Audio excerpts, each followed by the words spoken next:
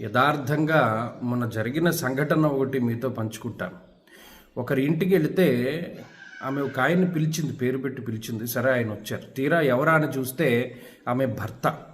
అదేంటమ్మా భర్తని పేరు పెట్టి పిలుస్తున్నావు, ఆ సంప్రదాయం తప్పు కదా అని అంటే, ఏమండి భర్త గారు అయితే మనల్ని ఏమే వసే అది ఇది అని పిలవచ్చు, మనం పేరు పెట్టి పిలవకూడదా అంటే మీరు ఏంటి, ఏం ప్రచారం చేస్తున్నారు, మనం ఏ యుగంలో ఉన్నాం, ఈ యుగంలో చాలా కామన్ కదండి, ఫ్రెండ్లీగా ఉన్నాం మేమిద్దరం, ఒకరినొకరు పేరు పెట్టి పిలుచుకుంటాం, అరే ఒరే అని మాట్లాడుకుంటాం, మీరేంటి ఇలా మాట్లాడుతున్నారు అని చెప్పి అడిగింది ఆమె.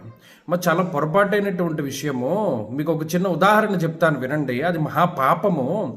ఎందుకంటే ఎవరినైనా సరే మనం ఏకవచనంతో పిలవడము, లేదా మనకన్నా పెద్ద వయసులో ఉండేటువంటి వారిని పేరు పెట్టి పిలవడం, వాళ్ళని చంపినటువంటి పాపం మనకు వస్తుంది. పూర్వం కురుక్షేత్ర యుద్ధం జరిగినప్పుడు అభిమన్యుడి యొక్క మరణం తర్వాత ధర్మరాజుకిను అలాగే అర్జునుడికి జరిగినటువంటి సంవాదంలో ధర్మరాజు ఒకానొక సందర్భంలో గాంధీవాన్ని నిందిస్తాడు. అర్జునుడికి ఉన్న సంకల్పం ఏంటి అంటే, గాంధీవాన్ని ఎవరైనా ఏదైనా తిడితే అయితే వారిని చంపాలి, లేని పక్షంలో ఇతను ఆత్మార్పణ చేసుకోవాలి.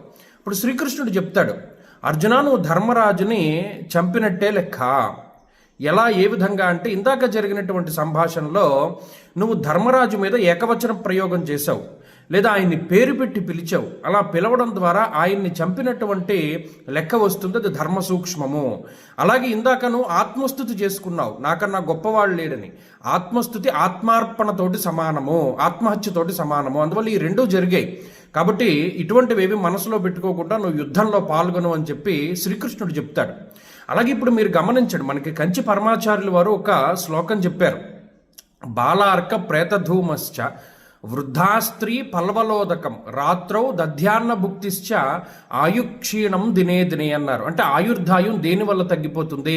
రాత్రి పెరుగన్నం తినడం వల్ల, ప్రేతధూమము అంటే శవాల్ని కాల్చినటువంటి దాన్ని పొగ పీల్చడం ద్వారా, అలాగే వయసు ఎక్కువగా ఉండేటువంటి స్త్రీని వివాహం చేసుకోవడం ద్వారా, వారితోటి సంతానోత్పత్తి చేయడం ద్వారా ఆయుక్షీణం జరుగుతుంది. ఇప్పుడు ఈ యుగంలో చాలా సాధారణమైనటువంటి విషయం వయసు ఎక్కువగా ఉండేటువంటి వారిని వివాహం చేసుకోవడం ఇవన్నీ. కానీ నిజానికి ఏంటి అంటే, భర్తకి వయసు ఎక్కువ, భార్యకి వయసు తక్కువ.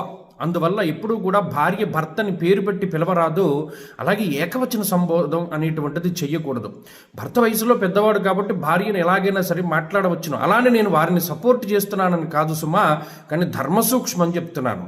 వయసులో పెద్దవాళ్ళు చిన్నవాళ్ళని ఒకంత మాట్లాడవచ్చును, కానీ చిన్నవారు ఎప్పుడు కూడా పెద్దవారితోటి ఏకవచన ప్రయోగము, వారి పేరుతోటి పిలవడం చేస్తే అది వారిని చంపినటువంటి మహాపాపం మన ఖాతాలో వేస్తారు. ఇది ధర్మసూక్ష్మం, ఇది తెలుసుకుని మెలగండి.